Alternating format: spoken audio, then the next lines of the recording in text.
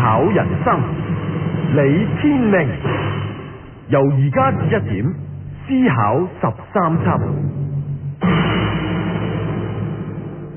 時間咧就係去到11:06啦，亦都開始我哋思考13輯嘅最後一輯啦。13輯之後嘅感覺咧，稍後先問呢個李天命。咁但係13輯都要做埋呢一輯佢嘅。咁呢輯咧就叫人生逍遙遊。咁我諗你刻意擺呢輯係尾嘅咧。係啊。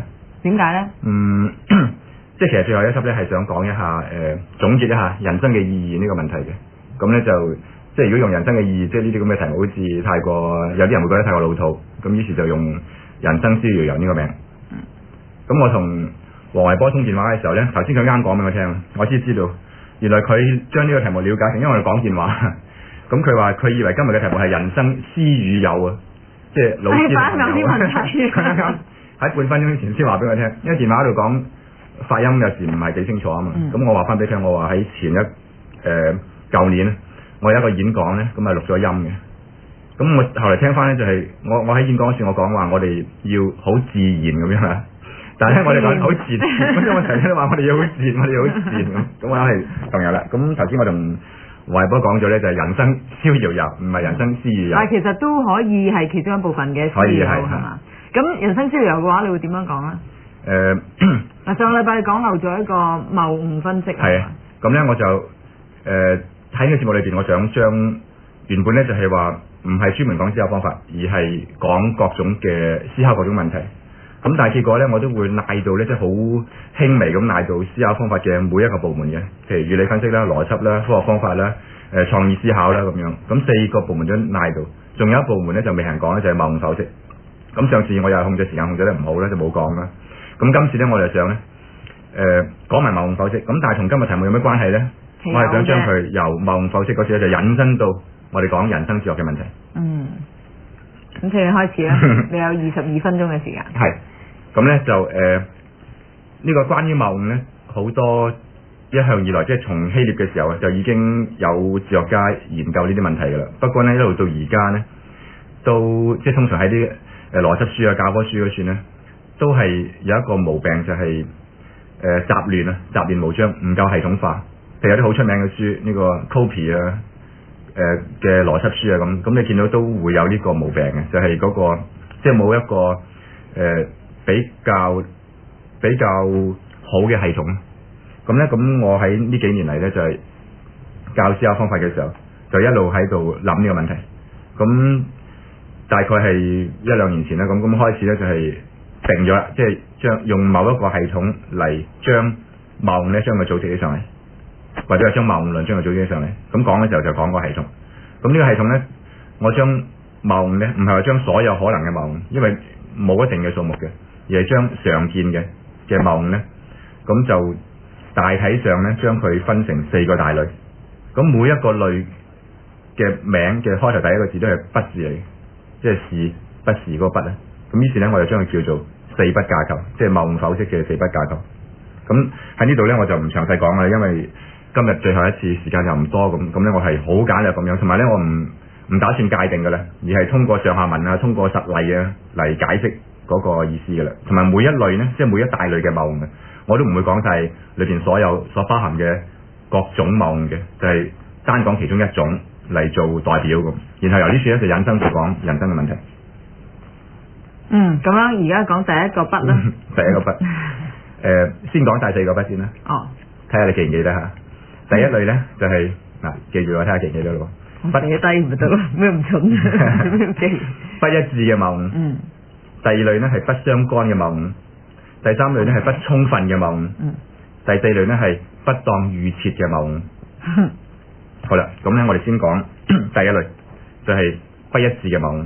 咁不一致嘅謬誤呢就包括咗通常講嘅邏輯矛盾或者叫自相矛盾啊，或者有啲叫自我推翻嘅嘢。咁喺呢處我唔詳細講呢啲嚇。咁再包括一樣呢叫做通常好多人都會用到啦，叫雙重標準。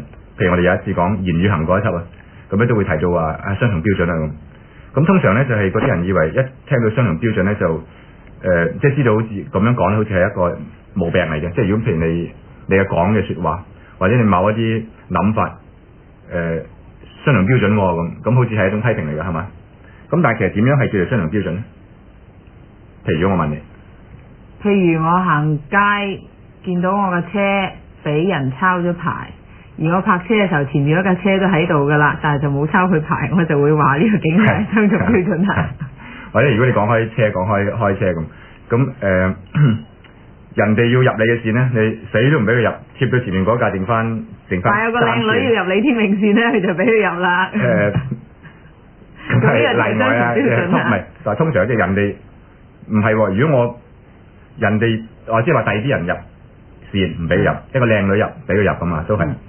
咁或者係咧，就係你自己要入人嘅線咧，就死都要試落去，人哋入嚟唔俾咁樣啊，咁雙重標準嘅。咁又或者係呢個即係我哋會話，好似話咩美國啊，佢自己咧就係對難民嘅政策咧，就同佢譴責香港對難民政策又唔一樣嘅雙重標準嘅咁。又或者係呢個以色列咧又差唔多上人哋嘅地方啦，即係佔領咗人嘅地方啦。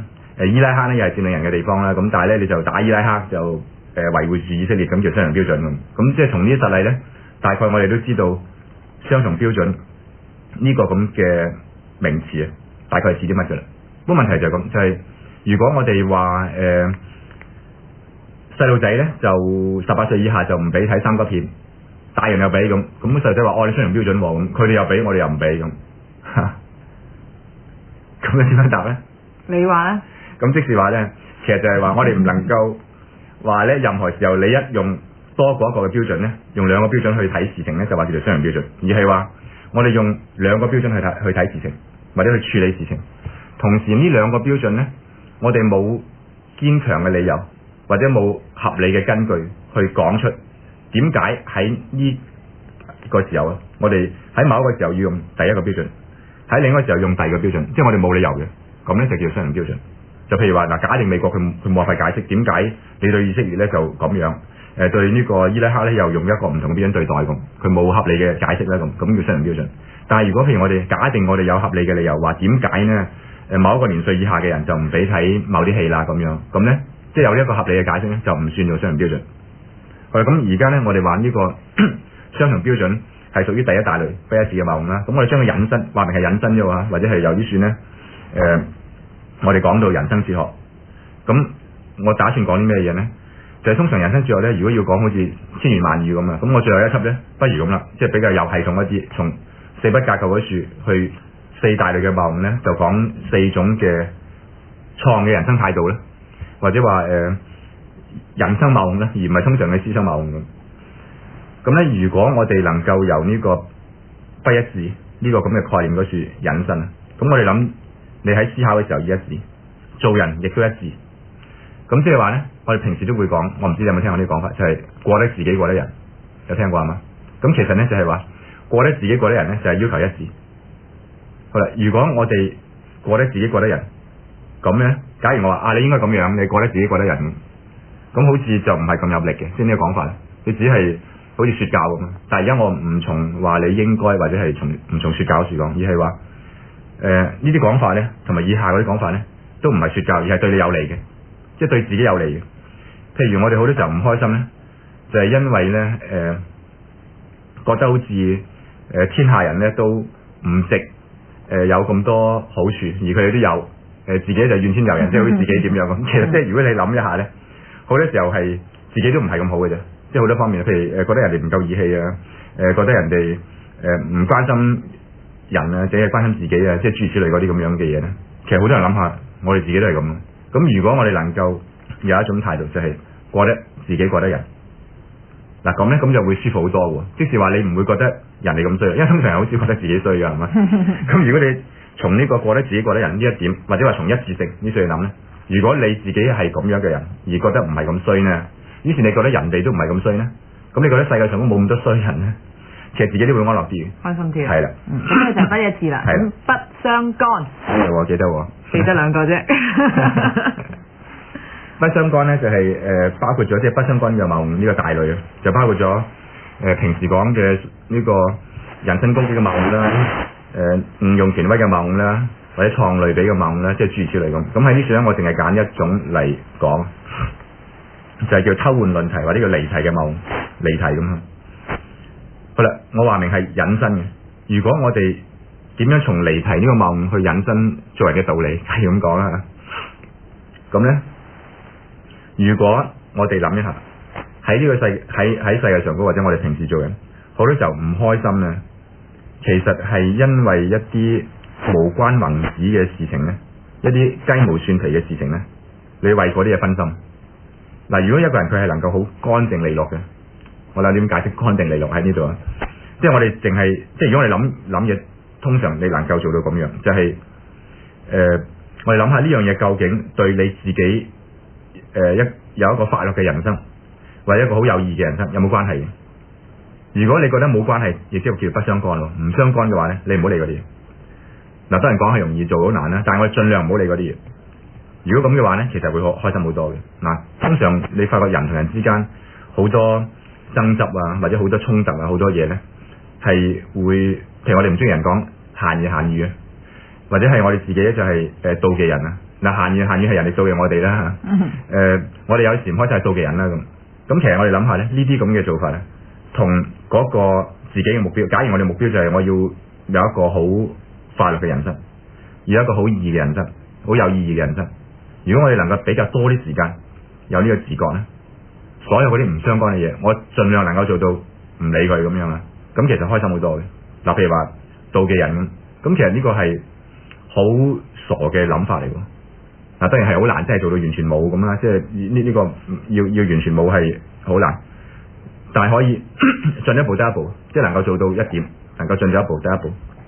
咁我哋發覺好多人其實妒忌人咧係，好少人會妒忌莊子啊、孔子啊，或者係妒忌亞歷山大啊、拿破崙啊，好少咁喎，淨係妒忌埋周圍隔離嗰啲人。咁其實呢件事整件事已經係好，我唔知點講，啲香港舉行，你會唔會覺得？但係事實上好多人都係咁嘅，你好少會無端妒忌戈爾巴喬夫咁樣，唔會嘅。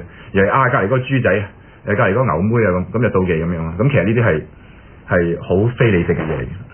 呢啲咁嘅妒忌咧，同無關大計，即係同我哋人生係咪開心呢個大嘅目標咧，或者人生有冇意義嘅大嘅目標咧，係無關宏旨嘅。咁所以最好能夠咧就係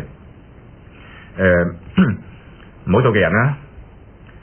人哋妒忌自己咧，譬如閒言閒語好多時候咧，有人嚟妒忌自己啊。咁應該開心啦。係啦，嗱，除非咁樣，除非嗰啲閒言閒語咧，佢係同你真係嘅實際利益好有關係嘅。即係話你如果唔理嘅話咧，就會炒魷魚噶啦咁樣，咁你就會餓死噶啦咁你一定要澄清啦，係嘛？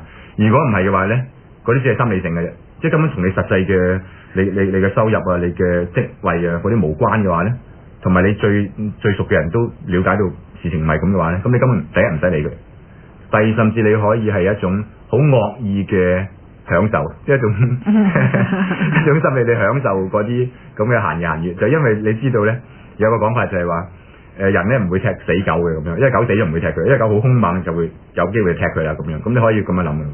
咁呢個咧就係、如果我要講引申咧，就係從呢個不相干嘅謬誤咧，呢個咁嘅謬誤，你喺方法上高有呢個概念，即係不相干，就會令我哋成日考慮呢啲講嘅嘢咧，係咪同嗰論題相關咧？係咪能夠支持嘅論題咧？咁啊，咁譬如離題咁係不相干咁。咁但係我由呢次引申講呢個人生哲學咧，一樣係好有用。好啦，咁第三類你記唔記得？唔記得。咁記唔記得第三類嘅第一個字係咩嘢？不。好聰明喎。不咩啊？快講啦。咁咧，飲一啖水先。係喎，你睇唔到你飲緊水啊！最形容啲咩俾人聽添啊？不充分，不充分嘅謬誤。好啦，喺呢個方法上高咧，有時我哋提出一啲理由或者一啲理據咧，咁呢啲理由或者理據咧係同我哋要建立嘅論點係相關嘅，但係佢唔充分，即係話唔係足夠去建立嗰個論點。就譬如你想知道香港人嘅睇法咁啊，嘅一般嘅睇法，咁你只係抽樣調查咗2個人咧，呢個咁嘅抽樣調查，因為你抽樣調查2個香港人，同我哋想知道香港人對某件事情嘅睇法，呢點係相關嘅，因為嗰2個係香港人嚟噶嘛，但係咧係唔充分。所以喺方法上高就係我哋要能夠建立一個論點咧，我哋除咗考慮嗰個證據或者個理由係咪相關之外咧，我哋再要考慮佢係咪充分。咁通常嘅講呢個即係不充分嘅謬誤咧，就包括咗譬如價值傳遞嘅謬誤啊，或者係居後為果嘅謬誤啊，咁我淨係 mention 呢啲名，咁啊唔使理佢啦嚇。咁喺呢處我話我每一大類講一個謬誤嚟做代表啊嘛。咁我哋通常都聽過片面嘅謬誤或者係以偏概全嘅謬誤都聽過啦。好啦，呢個片面嘅謬誤咧，或者以偏概全嘅謬誤咧，就係屬於呢個不充分嘅謬誤嘅一個好有代表性嘅一種嚟嘅。咁點樣片面咧？如果講人生哲學，咁通常我哋考慮下，開唔開心啊，或者一個人咁樣做人係咪好健康？呢個唔係話生理上嘅健康啊嘛，一個人嘅心理嘅精神係咪好健康？如果係片面咧，即係睇嘢片面咧，咁係會令得我哋嗰個眼光咧歪曲咗好多嘢嘅。嗱，最典型嘅兩種片面咧就係一種咧就係片面嘅樂觀或者片面嘅樂觀主義，另一種係片面嘅悲觀主義。即係其實兩種都係片面。即係話咧，片面嘅樂觀主義就係一啲幼稚嘅睇法，或者通常我叫做嗰啲假浪漫嘅睇法，即係人生好似整個世界一個玫瑰園咁樣啊。咁呢邊咧有一篇前一個時候我睇呢篇文章係哈耶卡華寫嘅，咁係一個語義學家。咁佢就寫一篇文章咧，佢分析流行曲嘅歌詞。咁不過因為佢係50-60年代嗰時候寫嘢，咁大概係嗰個時候嘅歌詞。咁佢就係講即係流行曲嘅歌詞咧，同呢個由爵士樂發展出嚟嘅某一啲即係某一啲歌曲嘅歌詞嘅唔同。即係有啲係好 realistic， 但係通常嗰啲流行歌曲嗰啲歌詞咧就係佢就認為呢啲係假浪漫。即係話譬如攜手漫步彩虹，即係明知一啲假嘅嘢咁。咁於是我唔係主要講呢度咧，而係話我哋講到好似人生好靚啊，好好啊，點樣咁？咁即係講得太好咧，或者即係我哋話做人應該樂觀咁，係。但係咧喺樂觀嘅時候，同時要知道咧，其實呢個世界係有陰暗嘅一面嘅。所以如果淨係得樂觀，淨係以為呢個世界係幾好咁樣，即係譬如話啱啱碰到某啲時候，你係春風得意嘅時候，就以為呢個世界好到不得了啦，以為人生好到不得了啦咁，其實好危險。甚至你可以從一啲小例子啊，樂極生悲，會㗎。我哋由細個已經係即係對呢點，我唔知你有冇啲經驗啦。即係細個去玩咁啊，一班人去玩，一個跌穿頭咁流好多血，諸如此類咁，呢啲係細路仔樂極生悲啊。咁大人都會嘅，得意忘形嘅時候就會容易樂極生悲咁。咁所以咧，我諗即係方法上都叫我哋唔好片面呢一個咁嘅觀念啊，係好緊要嘅。即係最緊要會令我哋又唔係過分嘅如臨深淵咁咪會黐線啦。但係最緊要嚇死自己，基本上有啲如臨深淵嘅謹慎啦，即係唔好樂極生悲咁。好啦，另一邊咧就係片面嘅悲觀主義，即係睇呢個世界睇得好灰咁。但係反而咧，如果兩相比較咧，可能片面即係而家我而家發現就係好似片面嘅悲觀主義比起片面嘅樂觀主義仲流行啊嘛，會唔會？咁係啲人覺得咁樣好似高級啲、酷啲睇事情咧嗱，好 cynical。我而家諗點樣翻譯？因為好以前咧，我一直已經講親都係我問啲聽眾點樣翻譯咧 cynical 咁樣。因為如果照字典犬儒主義，哲學上會有一個學派，但係呢個好似認唔到出嚟嘅咁。譬如我哋將佢叫做酸黑，即係尖酸刻薄嗰個酸黑。咁好似而家幾流行啊，睇嘢好酸黑咁。譬如朋友之間咧，譬如我哋叫做大家係朋友。咁但係如果你用呢個 cynical 嘅觀點咧，用酸黑就朋友只不過係互相利用。愛情咧係互相取暖啫咁，即係自然出嚟咁睇啊，或者係呢個兄弟姊妹啊，呢個父母同子女嘅關係咁，係一啲不幸嘅偶然咁。因為你阿爸都唔知佢會係要生你㗎，佢唔知生個咩人出嚟嘅。你嘅阿哥或者你阿姐咧，又唔係佢選擇要你㗎咁，所以係冇意義嘅呢啲嘢咁樣，冚唪唥係一啲偶然嚟嘅，唔係我哋自由意志控制嘅。就愛情只不過係互相取暖啊，朋友係互相咩啊咁。咁呢個咧其實係一啲片面嘅。點樣片面咧？就等於話，譬如我話人只不過係一堆原子咁。嗱喺某一個程度嚟講咧，冇錯喎，係一堆原子喎，但係就唔係只不過係一堆原子。咁譬如我哋可以話咁樣啊，朋友之間佢互相令得對方增進對方嘅利益咧，佢可以咁。但係呢個唔係全部嚟嘅，佢底子可以係朋友同朋友之間係有友誼，有幾十年嘅朋友。我哋好多時候會咁噶，你甚至明或者咁樣，有個朋友佢臨死啦咁樣去醫院，你咧冇第二啲人知道你去探佢喎，咁你淨係知道佢咩好老到一個人喺醫院，咁我哋花啲時間去探佢，同佢講嘢，但係呢個人咧佢可能一小時佢可以揾好多錢嘅，咁佢都唔做咁樣，咁呢個咧我哋完全唔能夠用嗰種宣駁嘅觀點去解釋。咁而家呢視頻我就講第三樣咧就係我哋唔好片面睇嘢，即係呢個好流行嘅，即係呢種宣駁嘅觀點咧，其實係好可怕嘅。嗱，我又話我唔係要說教嘅，我淨係講一啲幸福算術，譬如你叫做係對你自己更加有冇好處嘅。因為一個人用宣駁嘅眼光睇世界咧，我唔好話呢個唔應該唔乜，我唔咁講，而係話你根本對自己唔好，根本自己唔快樂嘅。其實我哋可以了解喎，嗰啲好宣駁嘅人咧，其實佢自己係唔開心嘅，即係無論佢點講都好啦。好啦，最後尾第四類係啲乜？記唔記得？又係記得第一個字嚇？第一個字都唔記得啦啦。好叻！第四類咧係不當預設嘅夢。嗱，所謂預設咧就係視為當然嘅假設。咁而不當預設嘅夢咧就包括咗平時我哋講嘅循環論證啊，或者叫混合問題啊，即係喺個問題嗰處咧，而家好興㗎，而家就係好多人訪問啊，或者係問一啲政客啊咁，或者啲政客問人啊咁，總之喺問題嗰處咧就噏咗一個喺當時嘅上下文，喺當時嘅情景嗰處唔能夠咁樣假定嘅一個假設，但係將佢假設先噏咗落去。咁譬如我哋好似我冇幾耐啫，好似係港台嘅節目係嘛，就喺電視嗰時，總之我見到一個係訪問一個好似醫學院嘅講師咁樣，就好似為咗唔知咩醫科學生爭取權益咁樣。咁嗰個問法就係話大學講師嘅責任咧就係教書咁。咁點解你會出嚟爭取權益嘅呢？咁呢個講法咧，佢就好似預設咗一樣嘢，就係爭取即係教書呢，同呢個爭取權益呢係互相排斥嘅。就好奇怪，點解你又要你教書嘅人，你會爭取權益呢？咁其實呢個咁嘅問題本身係將一個唔恰當嘅喺當時嘅情景唔能夠大家接受嘅假設呢，將佢呃咗落去。咁呢個不當預設。好啦，咁而家我哋仲有好少時間講呢個不當預設嘅謬誤，幾多分鐘啊？2分鐘。係點樣將佢引申到人生哲學呢？咁好多時我睇好多人呢，或者通常我哋不經不覺都係會接受咗一啲由細個長大嘅時候嘅一啲對於點叫做成功嘅人生嘅一啲預設，即是話我哋唔再去質疑呢一啲嘢。所謂去質疑呢啲嘢，唔表示話最後尾你一定要唔接受佢喎。我哋可以經過質疑之後，亦即係經過你自己獨立思考之後呢，最後尾我都接受呢啲咁嘅成功嘅標準或者價值標準係可以嘅。但係首先你要經過呢個自己質疑嘅階段、考慮嘅階段。咁譬如通常嗰啲人佢認為俗世之中嘅名啊利啊呢啲叫成功咁樣啊。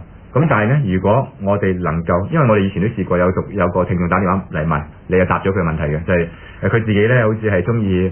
佢中意點樣嘅咧？佢中意悠閒啲嘅，咁但係好似周圍嘅人鞭策佢不停咁前進，咁佢覺得好辛苦。係。咁你嘅答案就係話，你覺得如果係咁，你不如順自己性格，咁會快樂啲啦。咁又生活到啊，當然要。係啦。咁如果我哋能夠咁樣諗，即係話我哋多啲警覺性，就係有時嗰啲一個社會遊戲，一 social game 咧，你唔一定要接受嘅。我哋可以質疑佢嘅。點叫成功？點叫唔成功咧？並唔係天經地義嘅咁樣啊。咁即係呢一個咁樣嘅有呢個咁嘅思考嘅習慣咧。係會對你點樣能夠過一個快樂啲嘅人生呢係好有關係。咁啊，大家對於先前李天命所講嗰4點呢，如果有咩意見又或者覺得啊真係啱使啦，咁啊都可以一陣間呢喺12點鐘之後打電話嚟討論。電話號碼呢就1872388，咁一陣間11點半會一節嘅新聞，然之後有冇交通消息呢？咁如果有嘅話，聽話呢就會繼續我呢個節目思考13輯，到時會有黃維波先生同黃子晴先生嘅加入。公開講學，思考人生，李天命由而家至1點，思考13輯。今日嘅嘉賓黃子晴先生、黃維波先生。時間咧就11:34啦，咁就翻嚟我哋思考13輯第13輯，換句話講呢，佢係最後一輯嘅。咁究竟下個禮拜會有啲咩事發生呢？咁啊而家唔講住，咁啊節目完嘅時候先講啦嚇。咁啊呢個時候呢，我哋歡迎我哋嘅嘉賓黃子晴先生同埋黃維波先生，同我哋加入討論呢個人生逍遙遊。咁而另外呢，如果啲聽眾佢哋係想打電話嚟討論下呢個話題，或者對先前李天命所講嘅，或者陣間我哋嘉賓所講嘅嘢有咩意見啊，或者係上無窮呢，都可以打電話嚟1872388，個電話號碼係幾多啊？李天命1872388，聽咗13次都記得啦。係啦，就1872388，咁你揸先。嗱，好多時候都係一係咧就住喺第一環節嗰個引介樹講落去，一係咧就係講第二啲嘢，即是話咧，譬如我哋有1、2、3、4、5點咁，第一環節講第一點，第二環節講第二點，可以咁樣，咁完全睇呢個嘉賓嘅自由發揮。同埋今日咧，我哋就頭先我已經解釋咗啦，我哋係講人生哲學，呢個係最容易發揮嘅題目嚟嘅。即係話譬如人生逍遙遊，咁原本逍遙呢兩個字係來自即係莊子嗰處噶啦，咁即係人生入邊咧，可能即係佢逍遙嘅意思，即係冇精神嘅束綁，即係解除精神嘅束綁，即係精神嘅自由咁。咁但係其實我哋可以唔係淨係自己講呢度嘅，就係講人生嘅意義。不如黃子晴啊，你講先啦，喂，傾下。突然間講咧就唔知應該點講開始。應該係家開始，就家已經開始咗。佢對生活嘅體驗或者生命嘅體驗。我今日唔可以講太多嘢，黃子晴。點解？你應該知道點解，你比我更加清楚。其實頭先天明兄講到黃維波有個觀點就係話詩意遊嗰度，我覺得幾有趣。詩意遊詩意遊。嘅逍遙遊嘅音，即係我離譜定你離譜啊？其實生命裏邊好重要嘅部分咧，其實黃維波聽錯，其實冇聽錯。即係我覺得，即係朋友同埋即係老師嗰度咧，係我覺得人生裏邊咧呢樣嘢一個成分。所以黃維波，如果你話預備咗2點觀點嚟呢度咧，係冇預備錯。可唔可以就從詩遊嗰度？阿波嗰度應該係好多感受啊！我諗覺得有啲尷尬，因為我哋而家有4個人，3男1女咁。咁呢4個人中間咧就男係佔3個，咁其中一個男咧就佔盡便宜嘅。因為喺人生嘅過程入邊咧，我哋話啦呢樣嘢有冇可能㗎，或者嗰樣嘢有冇可能㗎？通常我哋有3個角度去考慮嘅。第一個角度咧就係睇下。呢樣嘢技術上有冇可能咧咁？但係呢個世界太複雜啦，好多嘢技術上咧係未發明或者未發現嘅，所以好容易係此路不通嘅。如果從技術上去考慮，第二咧就係我哋可能問，可能我已經90歲啦，咁食鹽多過人食米咁，咁經驗有冇可能咧咁？如果90歲咧，可能經驗多啲啦，可能嘅嘢多啲，但係好似我咁人生咗一半咁啦，咁經驗唔夠多咁。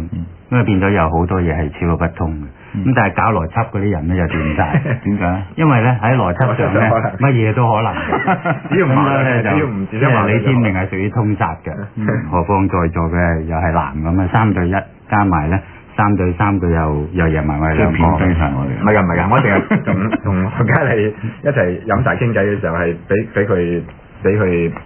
我諗佢已經受咗12輯嘅氣，呢集應該可以講多啲嘢。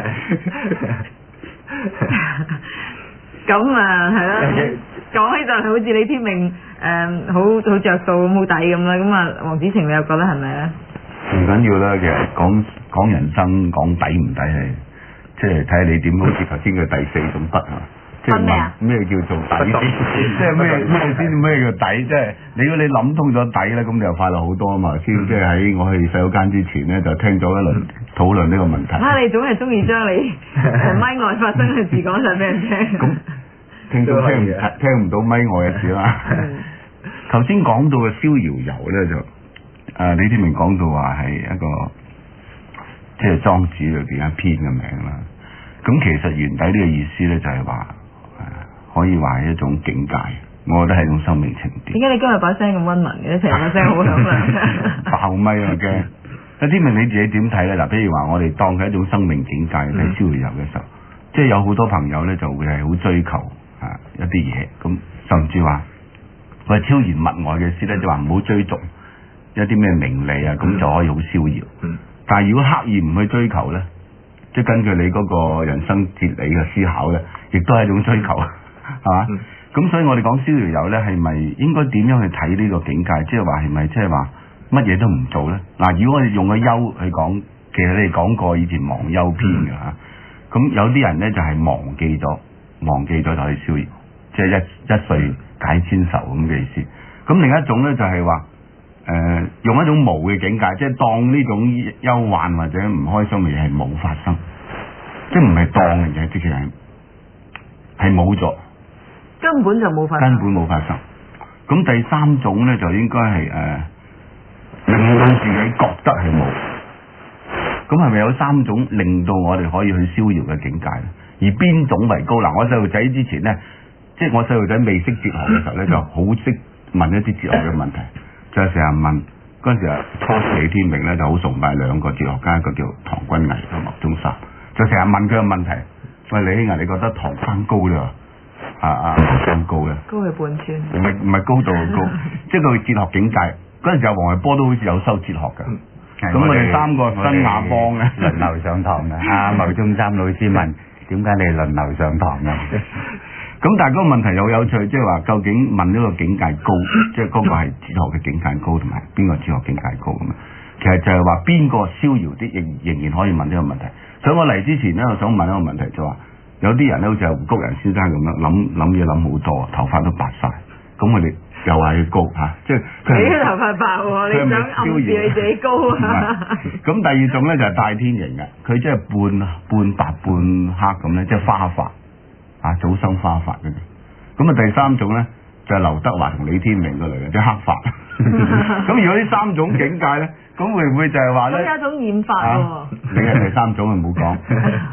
我係咩啊？咁我意思即係白髮多咧，當佢係一樣嘢先啦，當佢係一種憂慮或者關懷好多嘢啦。即係譬如你胡谷人講嗰個境界就民包物議，即係話關懷百姓咁啊。咁我就成日想問呢個問題，究竟佢哋三個境界，即係李天命其實三個都最熟㗎，除咗劉德華佢可能唔熟。即係三種嘅不同嘅人，佢邊一種境界高？阿波嘅可以答翻我哋個問題。即係咪話，即係其實境界就講逍遙境界，係咪話即係諗得嘢多咧就唔逍遙咧？即係譬如話，就我三個人之中，我自己就覺得戴天好似最逍遙係佢。即係喺公開場合講朋友講私人嘅嘢，本來就唔係幾好嘅，就。即係我覺得咧，阿黃子係做慣老師啦，成日問學生咁啊，自己慳水慳力噶嘛。咁咧就即係我自己覺得咧，就係其實一個人咧，人生在世咧，其實好短暫。其實短暫咧，其實係人生一個特徵嚟。咁亦都係人生規律一個好重要嘅部分。我諗咧就係即係明白呢樣嘢都好緊要嘅，又唔好成日以為自己有幾百歲命咁懶得意咁啊。咁又唔好以為自己咧係立即就會冇命。咁我自己覺得咧係，即係點樣利用有限嘅時間咧，選擇自己喜歡嘅事，同埋自己有能力做嘅事咧，呢個係即係能夠逍遙遊一個觀念上嘅條件。即係照暫時唔講頭先你講嗰三種境界咧。即係如果講莊子咧，咁佢講逍遙就係講。佢講嘅逍遙其實係絕對嘅精神自由，佢講到咁高嘅境界。咁而我通常我一直嘅習慣，我傾唔耐偈你都知，我唔中意講到咁高嘅，而係如果我要講逍遙，都係比起平時我哋唔反省唔自覺嘅時候咧，進咗一步仔咁，我已經好滿足㗎啦。即係話平時我哋為一啲好戇居嘅好愚蠢嘅一啲觀念啊，或者一啲心理情結啊，俾嗰啲束綁咁樣啊，而我哋唔知道。咁當我哋一自覺嘅時候，假如能夠稍為解除少少嗰啲咁嘅束縛，譬如心理情結嘅束縛，咁咧我就覺得幾好噶啦咁所以如果要講逍遙咧，我講相對逍遙，即係程度嘅問題，程度之分，而唔係好似講到莊子咁，即係莊子咧認為我哋要完全唔假借嘅，冇假借任何嘢嘅，無代去講到咁樣啊，即係咁先叫逍遙咁，呢個變咗係一個絕對嘅精神自由，呢個咧係講到最高嘅境界，但係咧做唔得到，照我所知，真實嘅人生冇人能夠做得到。如果我講啲情結啊，呢個有冇得傾一下咧？即係情意結，或者話即係令得人生唔逍遙嘅嘢咧，就譬如頭先我喺第一環節講嗰啲係思想方面嘅啦，譬如係一啲創嘅思想觀念咁。但係有時咧，就算我哋能夠解除思想上高嘅錯誤觀念啊，仍然冇辦法嘅，就因為呢個係心理嘅問題，係一啲即係我哋明知啦，但係都冇辦法。咁呢個變咗係心理嘅情結嗰方面嘅，或者話人生有啲憾事咁樣啊。咁無論你嘅思想點樣通透都好啦，硬係唔能夠克服某啲憾事。好啦，呢方面我哋譬如如果似黃子晴你睇，即係通常令我哋唔開心嘅，或者令唔一定我哋自己啦，即係我哋所發覺令世人唔開心嘅心理情結有啲咩嘢呢？或者即係令我哋有束綁咧？即係我自己接觸咁多朋友咧，就係話個結，即係天明兄講個結咧係存在嘅。咁問題就係話我哋點睇個結啊？即係有啲朋友咧，佢會覺得即係自己生得唔靚，唔夠瀟灑，咁係令到佢唔逍遙，或者自己嘅能力唔夠高，係嘛？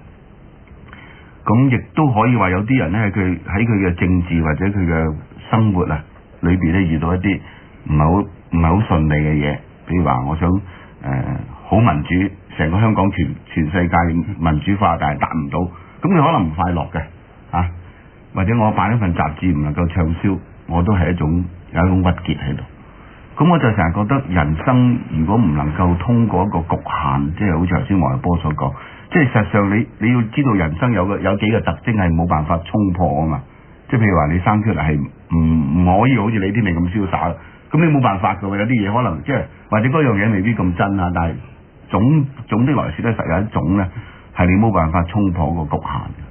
咁如果嗰個局限唔能夠衝破咧，咁通常咧啲人都會有個鬱結，即係話。即係會耿耿於懷，鬱鬱不得志，即係整咗一生咧就會好唔快樂。好似黃日波咁能夠睇通睇透話，我唔需要太長。但係如果真係好短嘅時候，咁你可能有結㗎喎，係嘛？即係臨死之前咧，可能都有一種好唔開心嘅日子咁啊。咁所以我就想傾下，究竟我哋嗰個結嘅來源已經係無可否定㗎啦。咁點衝破個結？係咪就係話衝破咗之後就可以達到呢個逍遙之境呢？不過我諗結咧就。即係真係可能同個年齡有關係嘅。譬如我哋根據啲心理學家嘅分析，咁其中一個最出名就係艾力遜啊，就講人生咧有8個階段嘅。咁啊，其中一個階段咧係特別係講到青少年嘅，所謂有啲認同嘅危機。咁呢啲危機咧，其實就所謂可能你哋講嘅結。咁我覺得如果呢啲咁嘅結或者呢啲咁嘅危機咧，其實咧係喺個人生成長過程咧，係必然咧係要採取方法去克服。同埋咧係將個克服嘅方法咧係內化，咁之後咧咁個人咧就自然成熟嘅。所以我覺得咧係每一個人嘅生活歷程咧，其實係唔係好可能代替嘅，即係佢一定要經過解決嘅工作。譬如話2年前我哋國家出現一啲好大嘅問題咁，嗰陣時之後咧就好多人有個結，咁呢個結咧而家好多人咧仲未解到，咁。但每個人解嘅方法亦都唔同，所以我覺得咧係解結嘅功夫咧，即係可以借助我哋中國哲學、我哋中華文化入邊咧係有好多好精彩嘅嘢，嗰啲嘢可能李天命啊都唔係好熟嘅。咁所以咧就其實我哋應該咧係重新思考翻中華文化嘅嘢。就有時咧就我哋會睇到咧，一般香港嘅後生仔就會有個結嘅，個結咧就係話咧。錢唔夠多，消費能力唔夠強，過癮咁自己唔夠過癮嘅，因為唔夠錢。咁呢種咁嘅即係對物質嘅要求啊，或者希望提升呢個物質條件呢種結咧，只能夠咧係即係客觀嘅克服。即係如果大家係講係心理上嘅結啊，理想上嘅結咧，又應該可以參考下中華文化嘅精華。你哋就稍後先講生活上，我哋提大家打呢個電話嚟到呢個1872388，即係我諗先前3位講嘅一啲內容，可能對你哋有啲咩啟示，或者你都有類似嘅結都解唔開嘅話咧，今日就3個唔係南宮夫人嘅3位咧，可以幫下你解答嘅。電話號碼1872388。生活上點咧？生活上嘅結，我想同阿天明兄講就係話，譬如我哋講到一個人佢係譬如一個父親咁啊，譬如有個即係有個下一代咧係即係智能低啲嘅咁。我記得嗰陣時我就同我啲哲學先生討論一個問題，就話即係佢舉呢個例咧，就係好有趣，就係話咧，即係你知道咗呢個局限之後咧，而你就係好快樂咁樣能接受呢個局限，咁你就可以逍遙。如果唔係咧，你終嘅一生咧，你就會面對一個咁嘅局限咧，你成日都唔快樂，即係覺得自己嘅仔係弱智或者之類咧，會好唔快樂。咁佢呢個例咧就係話一個道理，就係話，如果我哋面對住呢個咁嘅局限性，而你能夠好開心咁接受佢，即係當係一種自然之道，唔係自然，好自然咁樣。即係喺一種自然之道嘅話咧，你又跟住喺個局限裏邊咧，俾啲關懷俾你嘅兒女。咁我覺得呢度咧解釋好多嘢，即係譬如有好多父母親咧成日攞自己嘅兒女嚟比較人哋嘅兒女，包括智能啊、學歷或者好多嘢啊，甚至美麗啊，即係唔及得人哋靚咁，即係變咗好多嘢咧，咁樣就產生咗好多鬱結。咁呢個鬱結咧，可能成世都唔開心。咁但係如果你能夠將呢樣嘢睇透咧，我就覺得嗰個結俾佢衝破咗。即係我成日都覺得呢個 point 咧，即係呢個觀點咧，係能夠解釋我哋點樣去突破咗嗰個局限，然後先去到一個逍遙之境。呢個我嘅生活上嘅感受，即係因為我接觸好多人咧，或者好多朋友咧，都有呢種咁嘅鬱結啊！即係好多時候咧，即係能夠睇透同埋唔睇透咧，就喺呢度。咁我唔知李天明可能佢譬如話，即係有啲人咁㗎，譬如話一定要有兒女咁，咁呢個係佢自己生活嘅態度。但係譬如李天明話我唔想有兒女，咁可以好逍遙啲㗎。咁但係有啲人如果生咗兒女之後，佢係咪可以接受咗？即係嗱，你有咗兒女咧，好多嘢要照顧嘅喎，係嘛？咁你照顧嘅時候咧，你付出，你係咪覺得自己唔開心地付出咧，還是好快樂地付出咧？咁呢個就關鍵喺嗰個逍唔逍遙嘅人生觀。我基本上都同意嘅，即係我喺第二啲場合都係好強調一點，就係即係你接受一啲，譬如叫做頭先你講嘅結啊，或者一啲人生嘅憾事啊，譬如咁啊，咁接受。咁你話頭先同你講嘅係你嘅老師啊，即係話快快樂樂咁接受咁其實咧就好難嘅呢個講㗎咋，即係我哋要有啲憾事，有啲結咧，你要快快樂樂咁樣接受咧係好難嘅。咁所以我即係咁話，我基本接受，因為如果照我嘅講法咧，咁我甚至會考慮埋唔快樂地接受，但係你都要接受，嗱都係有分別嘅喎，即係話有啲嘢你知道咧係要接受㗎。咁最好就能夠快快樂樂地接受啊。咁但係呢個好難嘅，甚至難到幾乎大部分時間都做唔得到。咁但係你都要接受，所以就苦呢個樣，有時咁樣啊，即係唔快樂地接受。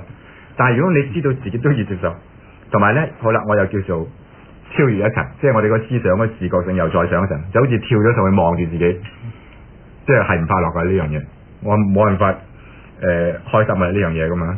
咁但係譬如有啲憾事，即係話已經係個事實嚟嘅啦。你因為有種講法話，我哋唔好同上帝爭論嘅。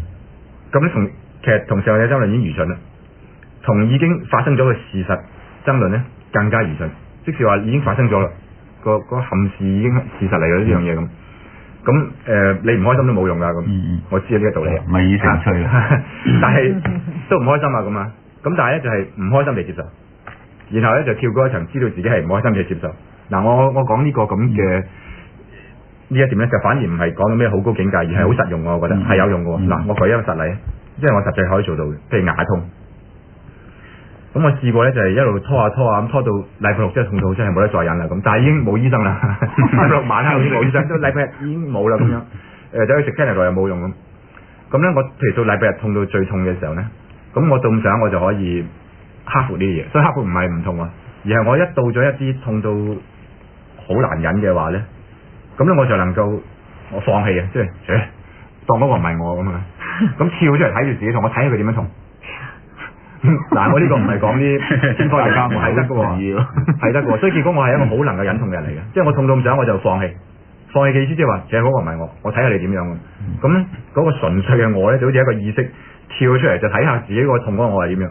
嗱，我唔係話呢個辦法能夠止痛，佢仍然係痛，但係你係睇住佢痛，呢個時候咧，佢又係原初一樣咁痛，但係咧又係冇咁痛，呢個係一個好微妙嘅態度嚟嘅。咁即係我就會嗱，基本上我同意係接受，但係有啲嘢你係唔能夠開心地接受咧，你就跳出嚟睇住自己係苦口甜，咁你都要接受。我諗李天明講啲嘢咧，就即係如果講得詼諧啲咧，可以咁曲解佢啦。就有啲人攞啲香爐灰啊、浸水啊，咁都可以醫某止牙痛或者醫某啲病。咁其實咧，如果你問翻我哋上一代啲人話佢細個嗰陣時嘅爸爸媽媽，即係我啲祖父祖母咧，帶佢去廟嗰度求支籤，然後整啲藥俾佢止牙痛，就係嗰啲香爐灰水。咁其實係亦都有咁嘅可能。其實喺台灣咧都有啲人做緊咁嘅研究，就係研究而家嗰啲民俗，即係話啲廟宇啊，台灣啲廟宇啊，其實越嚟越多嘅。有冇用嘅咧？咁佢哋有一個研究嘅結論咧，就話對於精神方面嘅、心理方面嘅嘢咧，係有一定嘅作用嘅。有時好過去揾嗰啲所謂專業嘅心理治療醫生。即係你嘅意思即係話咧，佢食咗嗰啲香灰啊，香灰。咁就等於李天命跳咗出嚟，睇翻自己點樣痛。即係佢利用嗰個香灰做媒介跳出嚟，李天命就唔需要用任何嘢跳出嚟。其實佢等於香灰，因為佢跳出嚟嗰度咧就等於一串灰，一串牙痛灰，相似一串灰。咁我有個題外話啊，我一路就留意住黃維波咧。我哋今日可以傾輕鬆一啲啊，即係平時可以叫我叫佢波仔嘅咁。冇啊，你唔需要申請，唔使填方，隨你點啊。咁咧，我睇嘢我就覺得好笑，因為我喺度諗翻，我由大學到而家，咁我係大學同學嚟嘅，我係哲學，佢係社會咁樣，咁我一齊修心理嘅，我發覺好似我走堂多我哋，因為我走晒阿冷啊，修心理阿冷，所以頭先佢忽然間就彈翻啲心理學有8點我都唔記得佢，我猛入手我都唔記得佢8點，而家又講嗰個社會學咁啊，有啲用我上下堂，之後你讀書啊，我教晒腳全部走晒，冇題外話嚟嘅，應該係。不過你繼續阿哥，你講先，我又佢爆我內幕，我又爆佢內幕。因為其實我哋讀大學2年班嗰陣時候咧，即係曾經喺校內有一場戰爭。嗰場戰爭嘅主角就係李天命。因為佢喺2年班係競選學生會主席嘅，咁佢嘅對手咧就好似呢度嘅台嘅，唔知咩副台長之類嘅。唔好爆呢個。結果李天命贏，贏咗佢有冇做啊？咁我覺得咧，就一個人能唔能夠逍遙咧，就同人嘅經歷係有比較大嘅關係。爆得呢個。爆得係而家呢樣嘢唔明喎。頭先佢引咗你嗰個故事咧，爆咗出嚟，跟住話同人嘅逍遙有冇關係？我就唔係好明。我知啊，波。係你明嘅意思。我明。咁你解釋俾我聽，我哋唔明喎。你明唔明啊？我唔係好明，即係話你放棄咗會長咧，所以你有呢個經驗。我有做，因為我做落去。即係嗰個，我估阿波嘅意思係。即係其實阿波佢係從一個好有同情心、從愛心嗱，雖然好似講到好大嘅字眼，實際我諗其實譬如因為我哋喺呢處咧有冷氣舒服喺度對住個咪，全香港聽到咁我哋去講嘢好舒服咁。於是我哋講下人生咧有啲憾事咧，你哋可以點樣睇？有啲劫你哋點樣解？我哋點樣逍遙咁？咁其實咧，我哋能夠咁樣講，根本同我哋嘅經驗，譬如話我哋可能就算唔認為係天之驕子都好啦，咁我哋幾個喺啲樹嗰個，你比起世界上好多人啊，其實都係幸福嘅。咁但係如果一個人譬如佢一天生就係有好大嘅缺陷啊，或者你喺埃塞俄比亞出世啊，即係個經歷係咁嘅話咧，你要佢逍遙係好難，係好難嘅，即係唔係話知道啲道理冇用，可能有用，但係有少啲用，即係就唔能夠即係我哋期望佢咁多嘅。我猜想阿波係呢個意思嘅，即係所以即係話一個人佢究竟能夠逍遙到點樣咧？即係好多嘢好順嘅人咧，就可以逍遙得容易逍遙一啲咁樣。係啦，特別2年班已經咁威水做領導咧，咁啊可以4年班嗰陣時候可以鄙視好多嘢，可以輕視好多嘢，咁啊自己係逍遙啲嘅，因為你曾經試過嘅嘢，曾經得到嘅嘢咧，又可以抌咗佢，又可以唔愛咁。咁我諗有時經驗豐富嘅人啊，或者知識多嘅人咧，其實講坦白啲，佢應該有呢着數嘅，即係比較容易逍遙。我又唔係睇得咁高嘅，即係我覺得，譬如話，我覺得有好多嘢好細嘅嘢，譬如話夜晚起身幫個女冚被，咁係一種責任嚟，我覺得嚇。咁但係我冚完之後，我又覺得逍遙。其實嘅意思即係話，我哋有好多嘢係付出咗之後咧，我覺得可能好似阿天明話齋會苦口苦面，即係牙痛咁嘅面孔咁，即係以外好慘死啦！夜晚又要起身冚被，佢實硬被嘅，或者某個時刻咧，有啲嘢係幾辛苦嘅，即係要苦口苦面面對。譬如話死啦，今朝又要做節目，可能要早啲起身或者即係總之有啲嘢啦，或者要寫論文咁，但係到某個時刻咧，我哋有時點解我用含笑去飲砒霜嘅意思，即係話人生逍遙嘅意思咧，我就唔係好能夠領略到頭先李天命所講嘅最高境界，即係話可以真係大智大聖嗰種境界，完全無情嘅，可以忘記晒渾然一體，但係超越物外。但係你可以領略到啲咩咧？我就咁呢個12點後先再講。但係大家可以打電話嚟1872388加入討論。但係我想一陣間認阿波仔講，我有得。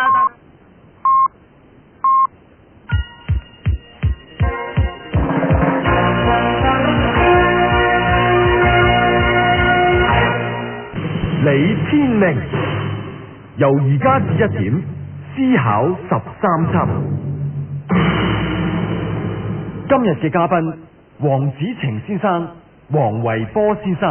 時間咧就係12點06分啦，咁啊我哋嘅思考13輯咧唔經唔覺過咗13輯另一個鐘頭啦。換句話講咧，剩低大概11個字嘅時間咧，同大家一齊討論啊咁樣嚇。咁我就繼續我嘅旁聽工作。咁如果啲朋友有興趣加入討論，可以打電話嚟1872388。咁但係咧，我哋而家好似想繼續再傾多一陣添嚇。係。就呢個逍遙嘅形態咧，我哋知道其實有好幾種噶，唔係淨係一種噶。咁喺即係我嘅朋友裏邊咧，就譬如我請黃維波同黃子晴上嚟咧，係有原因嘅，因為黃子晴就大家都知嘅啦，佢係揮晒字啊，咁大家都知啊咁。但係黃維波咧，佢就係其實如果話講低調咧，係我哋識嘅朋友裏邊，唔係淨係我覺得㗎。我諗黃子晴啊，即係我哋個個都同意，佢係最低調嘅一個。咁咧，佢低調得嚟，佢係你覺得佢其實係逍遙嘅喎，佢自己自得其樂咁樣嘅。咁好多時候咧，就即係好多年嘅朋友咧，都唔係好知道佢做啲咩嘢。咁即係佢咧就係做咗好多嘢係唔出聲。咁結果就大家譬如朋友得益咗啦。點解會得益咧？咁大家唔知道。到後來咧，可能經過10年之後，諗下，原來係波仔做咗啲嘢咁。冇報教。嗱，譬如話佢仲有某啲銜頭㗎，譬如咁，我講電話嘅時候佢都話唔好提啦，其他啲銜頭咁樣啊，諸如此類咁。咁佢係好低調。咁通常我哋講逍遙咧，就係一般嘅諗法都係撇嚟撇去啊，好自由無礙啊，即係諸如此類咁樣。咁但係其實咧，我哋可以進一步睇，因為我哋話今日講人生嘅意義咁，即係呢個係主題啦。咁我咧就我而家仲未有一個好清晰嘅觀念，而係我覺得除咗做一啲自己覺得好開心嘅嘢之外咧，少啲觸碰自己開心咁，但係做一啲可能對人哋好嘅嘢咧，其實結果都係自己開心。即係就算唔係講大道理，又係講啲幸福算術，係加加減減，其實都係令得自己開心。當然唔能夠話我為咗要自己開心，所以我為人做嘢，唔係咁樣。咁我咪話我哋譬如話黃子晴都係，我哋好多時候大概知道，但係具體都唔係好知道。譬如話黃維波，佢係做一啲好有趣嘅嘢，甚至唔好講到咁大話咩好有意義嘅、好有趣嘅嘢咁。咁我哋想黃維波喺呢個時候爆一啲出嚟，神秘逍遙人。我諗即係我自己，即係如果講得上係合格嘅逍遙人咧，就主要由於咧，我係比較認識到人生短暫。因為自己係住過煙9個月咁，唔係係9個月。咁咧另外咧就係、我就覺得咧人係即係要根據自己嘅喜好啊同埋能力去選擇嘅。咁選擇本身咧，我就自己係覺得係一件好重要嘅工具啦。咁其實亦都係反映到一個限制，即係我係好認識短暫同埋人係要選擇呢個限制。咁所以咧就我一向咧就比較喜歡咧就即係搞開啲文化教育嘅嘢，咁即係呢個亦都係我個喜好啦，同埋能力。咁我記得細個嗰陣時，我讀書嘅地方咧就係、唔知大家有冇聽過咧，就係即係所謂僑校。咁其實嗰啲地方咧我而家先知啊！我而家先知僑校即係掛某種國某種旗嘅。咁嗰陣時候咧，嗰陣時我哋接受中華文化嘅啟蒙咧，其實相當豐富嘅。其實對我嘅經驗啊，同埋心態啊，都好有影響。當時咧，我諗咧，唔知有冇咁嘅了解咧，就係、我讀4種中文課本嘅。第一種叫做説話，即係學過普通話嘅，而家梗係唔掂啦。第二種咧就係尺讀，即係而家所謂應用文啦，寫信嗰啲係寫信。第三咧就叫做文範。文咩？文範，即係喺古文觀止，文範喺古文觀止嗰度咧揾一啲咧啲小學生讀得通嘅嘢。第四種咧就係香港教育司頒布嘅所謂中文課本。咁咧我諗呢啲咁嘅中華文化嘅啟蒙咧就好勁啊！對我就雖然唔記得啦，但係而家嗰啲文言咧其實係嗰陣時練翻嚟。另外咧其實嗰陣時咧我哋讀兩種公文嘅。而家香港嘅學生咧就好似公民教育又開始吹起水上嚟，好似好緊要咁樣。但係嗰個年代咧，我哋50年代讀小學嗰陣時候咧，一種公民咧就係三民主義，一種就係香港政府頒布嗰種公民。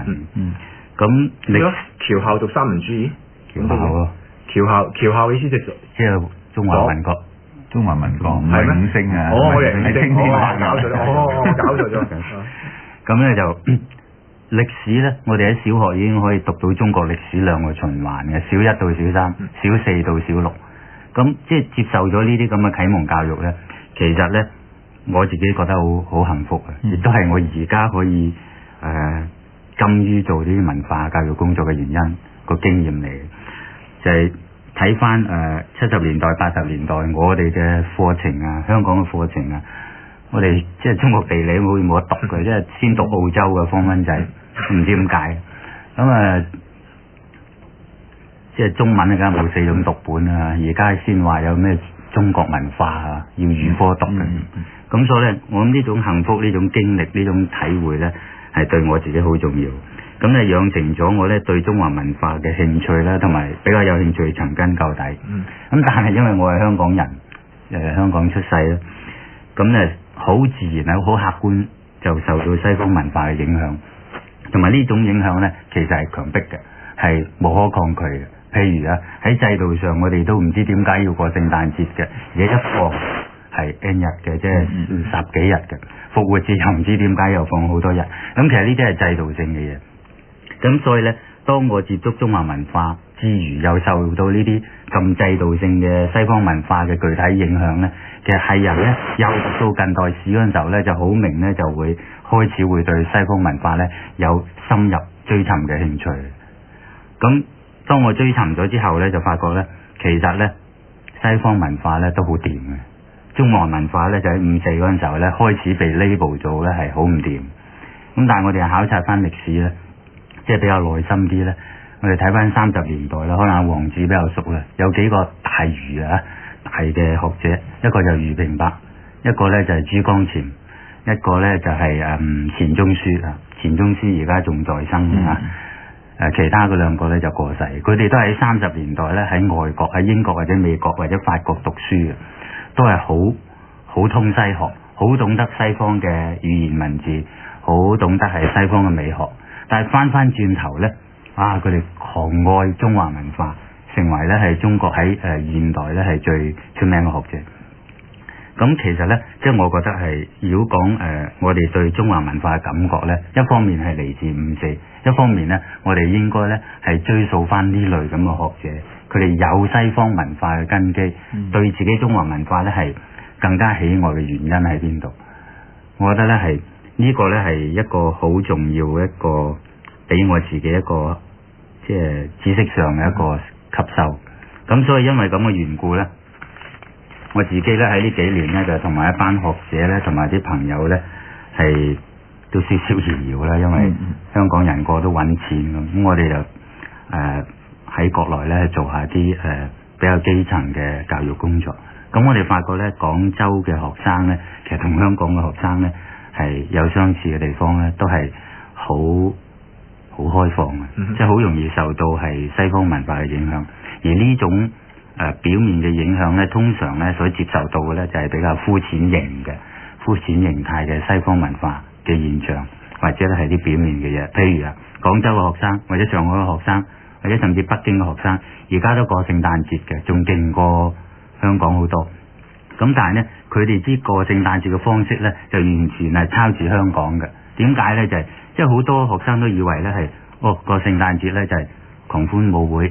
出街通宵達旦，因為呢樣嘢咧其實係香港嘅。香港咧就係唔知點解最近年係有咩啊？即係有啲夜景睇啊，所以就冚唪唥出晒街，又唔知點解無端端放咁多假咧，就冇咩好做啊！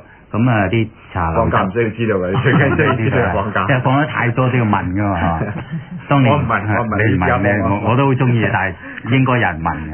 咁啊唔問嗰啲人咧，就好似李天命咁咧，就只能夠去狂風舞會啦。咁但係呢樣嘢咧，其實如果我哋去過外國或者喺外國讀過書，就好清楚，聖誕節係個個趯翻屋企嘅。喺尾亞尾就翻去加州，喺紐約又翻去加州，一家團聚嘅，就根本就唔係出街慶祝嘅。咁所以如果你話國內啲後生仔學香港咁樣嚟學西方文化咧，其實就幾慘嘅。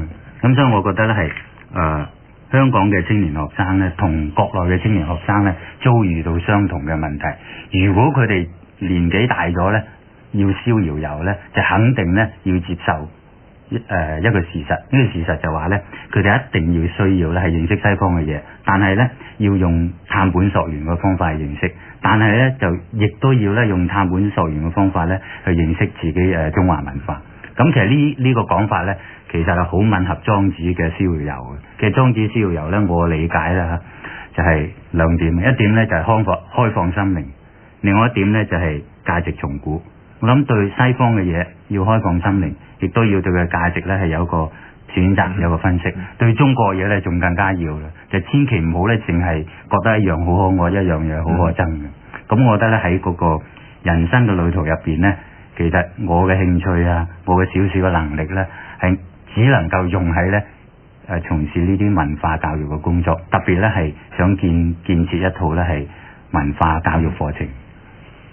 嗰波彈過你嗰度，黃子成。哇！呢個方咩阿黃波嗰個感受，我頭先聽到好清楚啦。我諗嗰個逍遙境界咧係高啲。咁即係如果我哋咁樣分咧，就係話有一種咧就聖人嗰種高度逍遙噶啦啊！即係我哋唔知係咩嚟嘅，上帝嚟嗰種。咁啊波嗰種咧係應該係高層次一啲。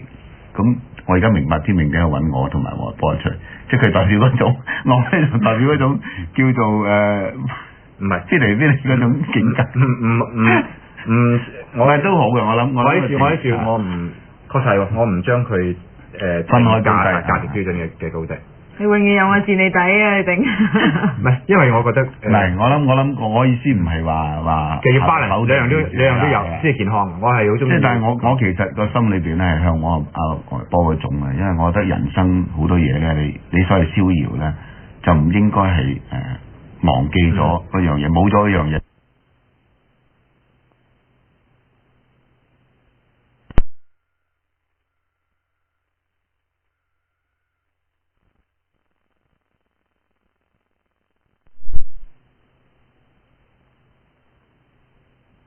咁即係覺得，即係會唔會話，即係由於句説話咁，即係點樣應該，即係釐定個理想咧？自己李天命，你係睇咗一個報紙嘅專欄，勾起你嘅感覺，你覺得你有啲嘢唔啱啦。例如報紙話個專欄講話要有理想，而你覺得好似自己冇咩理想，於是唔開心。定係你睇到一個專欄，呢個專欄咧語法都唔通嘅，於是你就好唔開心。係邊樣啊？主要就唔係個語法唔通嘅。唔係，我即使唔關個語法事，不過你係順口睇下啫。語法都即係又幾啱。總之佢即係點樣去定理想咧？你要問嘅嘢就係。你要問嘅係咩嘢咧？咁樣好簡單講一下，即係好簡單用一句話講啦。自己就即係自己就即係譬如。如果即係將個理想定得太高咧，就好容易黐線啦。係如果定得太低，又好似冇乜作為咁樣。即係點樣應該取一個平衡咧？即係譬如，即係對一個青年人嚟講，我諗想答得唔得？得，你答得。我諗如果呢位觀眾係青年人咧，林先生。林先生啊，我諗你好後生，咁咧就我諗唔使擔心啊，因為咧係我哋只會覺得咧係譬如話啲數學天才咧。8歲9歲都可能有數學天才，但係呢係有一個人生觀或者自己有個理想呢，通常唔可以喺8、9歲。如果我哋係年青嘅時候呢，如果未有一個好實際嘅理想或者一個好實在嘅、好把握到嘅理想呢，其實就唔需要太介懷，因為喺年青嘅階段呢，就最緊要呢就係吸收知識嘅啫。所以我諗，如果你中意揾錢咁，即係可以喺呢方面。即係正正經經去揾錢啦嚇。如果係結交多啲朋友嚇，亦都係可以開放心靈咁結交多啲朋友。如果係喺呢個階段覺得香港立亂啦，自己又想移民，但係又好似未夠錢，又未夠資格，又冇人請你走咁，覺得好唔舒服。咁周圍啲朋友個個都去得七七八八咁，又覺得好唔舒服，好唔開心咁呢。咁如果係咁諗呢，我諗呢就反而值得考慮一下啦。就係咪話呢係非走不可呢？咁走係咪一個最好嘅方法呢？咁即係如果因為呢類咁嘅社會環境使到你覺得係好閉翳呢，我諗李天命一定有答案。你喺度講嘅時候，我冇留心聽，我喺度用眼望住，表示鼓勵。黃維波佢話呢就係、是、如果嗰個形勢，即係你自己個人嘅各方面嘅條件或者你所在嘅情況呢，經過嘅考慮之後，就係最好嘅答案就係留喺樹啦咁樣嚇。咁呢個時候呢，就我有一個答案係嘛？我個答案同你係嘅講法差唔多啊，即係話如果譬如甚至我自己我都係諗住留喺樹啊，我唔係第一次講嘅。咁所以嗰個答案係要針對嘅問題嘅。咁係個咩問題呢？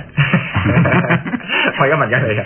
我諗即係其實咧，將我哋今早傾嘅嘢簡化啲咧，即係如果講人生理想啊，人生要逍遙咧，其實我哋都要考慮3個因素啦。一個因素就係我哋嘅教育背景啦，我哋即係受過啲咩知識啦咁。第二個因素咧就係我哋個社會同埋個大社會，包括埋中國在內嘅文化對我哋嘅影響啦。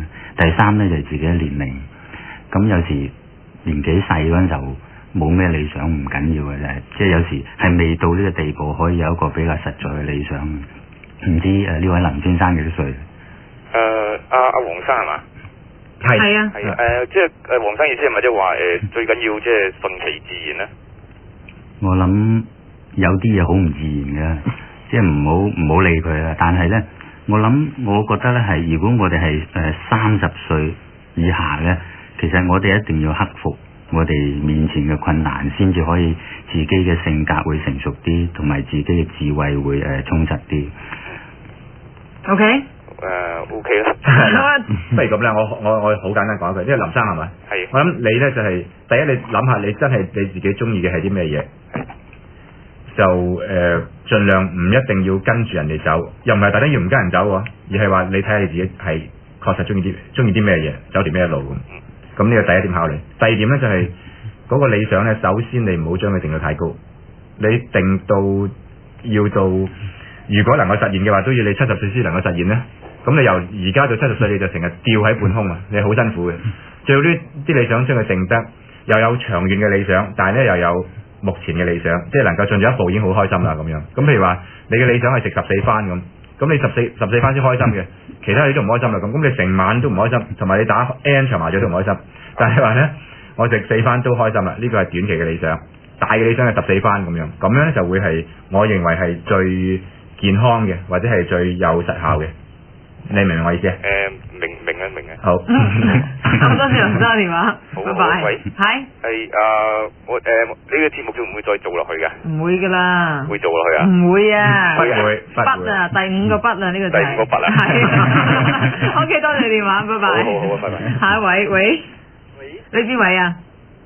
喂。你叫咩名啊？早晨。打真啲啊。係兩位主持李博士、黃小姐，兩位黃子晴先生、黃維波先生，你哋好。你好。我聽過一啲儒家講法咧，佢話步出天地有形外，思入風雲變化中啦。咁究竟可唔可以係精神上嘅思維擺脫物質之間嘅利益嘅衝突咧？黃維波啦，唔係啊，黃子晴啦。喂，呢啲哲學好哲學嘅問題咯。點解即係再講一次話廖生？係。我想問一問咧，即係可唔可以通過呢個精神上嘅思維咧，而擺脫呢個物質嘅衝突咧？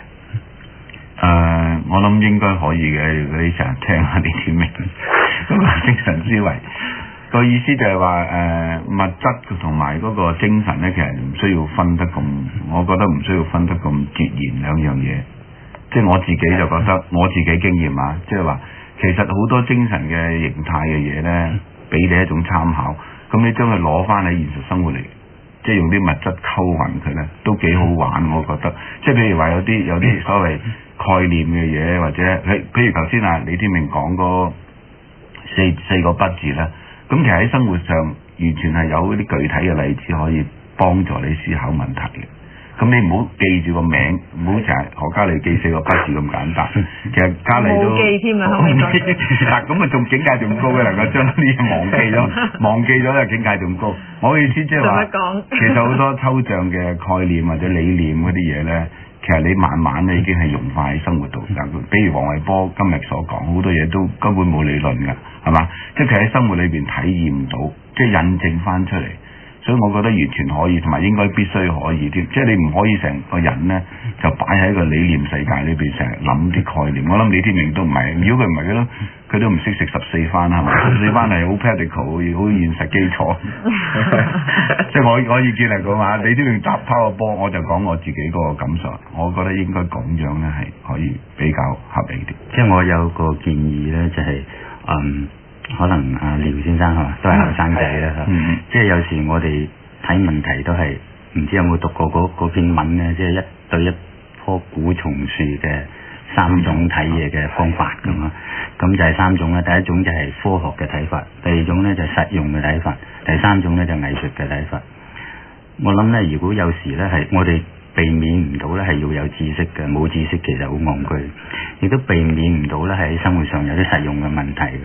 即係好似李天命咁咧，我諗佢多得佢隔離嗰個人好多，咁啊生活上嘅嘢佢可以少兼顧好多，但係咧佢都要兼顧嘅，即係唔記得買煙，佢太太唔會幫佢買嘅。咁啊第3樣嘢咧就係藝術嘅睇法，我覺得咧可以增加多少少藝術嘅睇法，咁咧就會好啲。係啦，咁啊好多謝廖生嘅電話，如果其他電話咧可以繼續打電話1872388，我哋11點半嘅新聞之後再傾過。媒介公開講學，思考人生，李天命由而家至1點，思考13輯。今日嘅嘉賓黃子晴先生、黃維波先生。時間咧就去到12點33分零22秒啦，數得咁準確咧，係表示我依依之情對呢個節目。咁我諗大家咧都希望佢可以13輯之後有其他，但係據我所知咧，其實即係好似我報名早啫。原來李天命決定咧喺94年之前咧都唔做其他嘢。佢都係最近決定啊？都唔係決定咗好耐咯。總之我知佢3個月。3個月以嚟佢就已經知道，好似我報名早，如果唔係可能就要94年後先有呢一個思考13輯。都唔係嘅，我諗佢隨時會改變。唔會嘅，唔會改變任何嘢嘅。咁樣咧就唔係講呢樣咧，我哋講翻我哋嘅題目，今日就係呢個人生逍遙遊啊。咁就如果大家係想加入討論嘅話咧，可以打電話嚟1872388。而家我哋聽下一個電話，喂，邊位啊？係我姓麥嘅。麥先生。係點啊？我有2個問題，一個問題想問阿李天命先生㗎，一個就問阿黃維波先生㗎。第一個問題就係阿李生提喺你嘅基點哲學裏邊提過關於愛情呢樣嘢。係。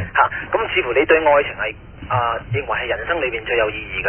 係。咁亦都話過之人最重要嘅部分就係重遇自己另外一部分，咁先至叫做完整人生。咁頭先冇提到愛情啊，你哋。咁我想問，如果一個人係咪照李先生你嘅意思就係話冇咗愛情當然係真愛啦，咁佢人生就係唔可以逍遙，同埋係咪咁致命呢？如果係咁嘅時候，咁會好大鑊嘅啫。愛情的確唔係我哋所能夠控制嘅嘢嚟嘅。咁呢個問題我想李先生你自己親自用你嘅激知你自己嚟答翻。咁另外就想問一問答咗一個先好嘛？好，當然好。我覺得呢就係如果係冇咗我所講嘅嗰一種愛情呢，咁係人生呢就唔能夠到最高嘅圓滿嗰處。但係我哋唔能夠到最高嘅圓滿呢，咁唔表示話人生就好悲慘，因為我哋唔能夠話世界上嗰每個人都會咁好彩遇到係最高嘅愛情嘅，即係呢點係鳳毛麟角嘅，事實上係。所以我講嘅呢係平時我多數我唔會就到咁高嘅層次嚟講嘅，只不過係就呢點嚟講呢係就好高嚟講，或者係好高嘅理想嚟講。你明白？即係話呢，我哋唔能夠話呢。我哋唔達到最高嘅圓滿啦，咁嘅人生咧就變咗好悲慘啦。唔係嘅，因為呢個係兩個極端，譬如好悲慘係一個底下極端，最高嘅圓滿咧係上高嘅極端。咁但係我哋絕大多數嘅人生呢，都係一啲中間形態嘅，而中間形態佢都有高有低嘅。譬如我哋喺啲樹，假如我隨便講啦，我哋要分開個級數，有1000級咁我講到嘅最圓滿嘅人生呢，係第1級，最悲慘嘅係第1000級。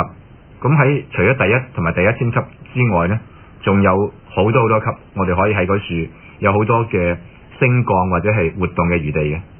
咁呢個係我對你個問題嘅答案。言下之意係咪即係話真愛？你認為真愛唔係二元嘅，即唔係真愛假愛，而係真愛嘅程度上之分嘅？我唔係好明你最後尾講呢個問題。即係如果你提過真愛嘅界定嘅時候，咁係咪即係照頭先嘅講法就係話真愛其實唔係話分開唔係二元論嚟嘅，唔係話真愛，因為有真愛同埋假愛，而係只不過係愛喺一個程度上，去到第1級就係真愛啦。跟住下邊嗰啲第2、3、4、5至1000級咧，就只不過係冇咁真愛嘅真愛咧。我諗係咁樣，即係其實喺呢個真實世界裏邊，好少嘢呢，佢係有一個好明確嘅截然二分嘅界線嘅。即係譬如有錢同冇錢之間啊，光頭同唔係光頭之間啊，好多嘢都係程度之分嘅。但係呢個程度之分唔表示就冇分別，係嘛？呢個我哋都明啦。咁所以我即係我對你個問題嘅答案係咁樣。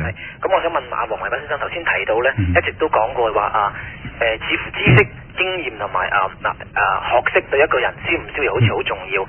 你都提過一句就話一個人如果學識多啲、經驗多啲、知識多啲，好似比較容易逍遙啲。咁我就有少少質疑就其實一個好老掉大牙嘅問題就係大家都成日都討論緊就係話一個人識嘢多啲開心定係完全唔識嘢開心咧？譬如話好似一個農夫喺鄉下耕田，佢乜都唔識嘅，但係佢就每日出去再入嚟識跟住大自然做嘢冇憂慮。冇觀念即係冇乜特別複雜嘅概念，冇乜觀念，只不過係跟住佢自己嘅心去嚟到生活，咁佢開心，佢都可以好開心嘅喎，佢都可以好逍遙嘅喎。咁另一個例子就係話，有個拉翻少少愛情嗰樣嘢就係話，一個有真愛而冇學識、冇知識、冇經驗嘅人高啊，抑或一個冇真愛但係有經驗、有學識或者有好多嘅呢啲咁嘅嘢高啊？即係呢兩個例子，其實問題都係一個就係話究竟知識學識係咪真係對逍遙咁致命咁重要呢？我諗我同你個結論可能一樣添，即係我覺得科技知識或者知性文明嗰啲嘢呢，就未必能夠解決人類心病，人類好多精神嘅問題心情嘅問題呢，科學知識都解唔到嘅。有啲社會學家研究嗰個矽谷呢，好多電腦嘅尖端科學家喺嗰度踎，喺嗰度做研究。而矽谷嗰笪地方呢，啲科學家啲 computer 嗰啲研究者呢，空酒精神衰弱離婚喪子好個數量好多。咁其實都好直接反映到呢，科技知識或者有知識呢，其實反而有好多心病。咁我只係強調呢，即係話，既然作為一個現代人，既然作為一個香港人，生活喺一個咁鬼複雜嘅社會，資訊又多啦，電台都有 N 個，咁好麻煩嘅其實。所以你一定呢，就要自己呢係有一定嘅知識、有一定嘅智慧、有一定嘅經驗呢，去排斥呢啲嘢，或者呢去慎重咁選擇呢啲嘢，咁先至係有少少幫助。相對一個冇知識嘅人呢，佢係比較難選擇嘅。譬如話我哋揾個農民喺北京某笪地方揾個農民出嚟香港，佢嘅文化震撼同埋佢對香港嘅適應呢，肯定會好凄涼嘅，就係對佢嘅精神對佢心理上一定會好凄涼嘅。當然佢有第樣收穫嘅。我仲想問埋即係李天先生答翻頭先我剛剛提咗例子，一個有真愛但係冇知識嘅人高定一個有知識但係冇真愛嘅人高呢？呢個呢，其實就係好難比較嘅。所謂好難比較，因為我哋係用緊兩個幾乎係唔同範疇嘅嘢嚟講。所以不如如果我呢，我就會話你講個有真愛而冇知識嗰個人，佢真係幾多尺先？然後再講個有知識而冇真愛嘅人幾多尺？你話俾佢個身高俾我聽，我只可以答咗你問題啦。當然你明白，我頭先講個高就你一直討論開個。當然你都明白我同你講笑啦。好啦 ，OK， 多謝你電話，麥生。下一位，喂。因為麥生問得好清楚。我都話我唔識睇簡筆字，你講咩啫？你叫咩名啊？我姓梁嘅。梁先生。各位主持好。你哋好。你好。我未問問題之前呢，我有個假設先咯。咁就假定咧係人生咧就係由無數個結組成嘅，呢種結就係你哋所提過情意結啦。咁如果要達至呢個逍遙咧，就必須要解決咗呢啲所謂結。咁即係正如你所講，即係如果刻意都去界定呢個逍遙或者真正逍遙嘅時候咧，我哋就要解決咗佢先。咁而人生喺裏面咧就有好多嘅情意結嘅。咁我解決唔到嘅時候，或者我面對嘅時候係出現一啲嘅能力唔得啊，或者已經係出現咗事實係會導致我產生一啲痛苦，或者導致到我產生一啲嘅憂慮。咁啊，李天命先生咧，你頭先就話我提出咗個牙痛嘅例子啊，就用一種睇住個痛嘅態度，即係似乎幾微妙。咁其實就我覺得可以理解就好，根本係啲人裏邊根本個個都係睇住呢一種嘅痛，睇住呢一種至到你老死。即係我相信每一個人都會有佢嗰啲嘅遺憾啊，甚至我諗啊兩位黃生啊、黎生或者何家麗，你都會有一啲嘅遺憾喺度嘅。咁但係呢，我有個好少。係啦，係當然呢個結係問題，呢個嘅遺憾係幾程度係幾強烈咧，咁因人而異嘅。咁而我會將呢樣嘢去歸納一個人生咯。咁而面對呢種嘅規律性嘅情意結嘅時候咧，咁個人生咧帶出兩種態度，我自己感覺就係有一種人咧就係會將或者係對一種嘅情意結意識特別強嘅，咁佢會或者佢比較堅強啲嘅，佢一路要解決呢個結嘅，佢要到死佢都要解決佢嘅。咁但係頭先你所講就睇住嗰個痛啦，其實都差唔多，其實都係睇住個痛嘅。咁但係其實有個問題就係，如果你要達至逍遙咧，你都要解咗佢先得咯。即係正如我想問下李天明，你最後都係有睇醫生係咪？你係咪？唔一定嘅，有時就睇，有時都結果第日都唔痛啦，咁咪唔睇咯。所以冇一定。你不如你將你問題嗱，我覺得你一路講得好有意思啊。咁你可唔可以將你最後呢個問題所講臨尾最後帶出兩，即係畫龍點睛啊！即係將你個問題解出嚟。最後面對有兩種嘅人生態度去面對呢種嘅結嘅規律。係。咁第一種就係我所講嘅，有啲人咧就會一路睇住呢種嘅痛，睇住佢。咁但係佢仍然有個目標係要面對佢，減低呢種痛，即使可能未必能夠完全解決，佢要佢減低佢，或者係已經搞清楚啦，基於能力嘅嚇。係。咁其第二種咧就係有一種人咧可能係軟弱啲啦，又或者係佢係比較上嗰個嘅情意結唔係咁強烈嘅，所以導致影響到佢點樣，或者佢要面對呢個情意嘅時候咧，由於佢軟弱，或者由於某啲嘅原因，等到另外一種嘅結再出現嘅時候咧，已經蓋過咗呢種結啦。咁於是佢呢一種嘅人生咧，就係不斷俾呢啲結咧去組成嘅人生啦。咁而喺第一種咧，就係佢面對一個結，已經清楚啦，係。咁你嘅問題咧？就係話，我覺得係人，即係可能又可以用呢兩種嘅態度去界定啲人去面對呢一種嘅結。咁究竟我哋攞邊一種態度係比較適中啲咧？又話因為係亦都係冇範圍去到比較嘅咧？你講呢兩種態度咧？你嘅意思係咪即是話呢？第一種呢，就係佢有好強烈嘅意志，要求自己去解個結嘅。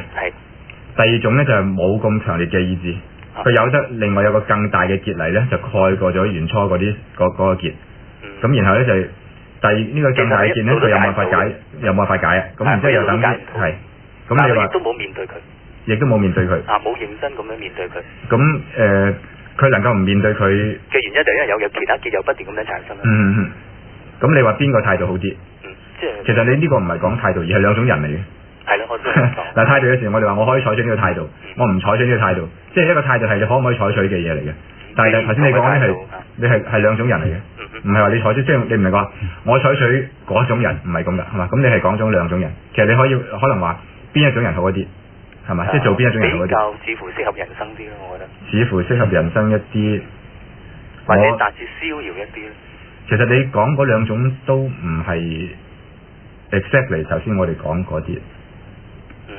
如果都咁樣咧，假定達至逍遙就係人生嘅話，咁兩種嚟講係比較邊一種比較容易邁向咧？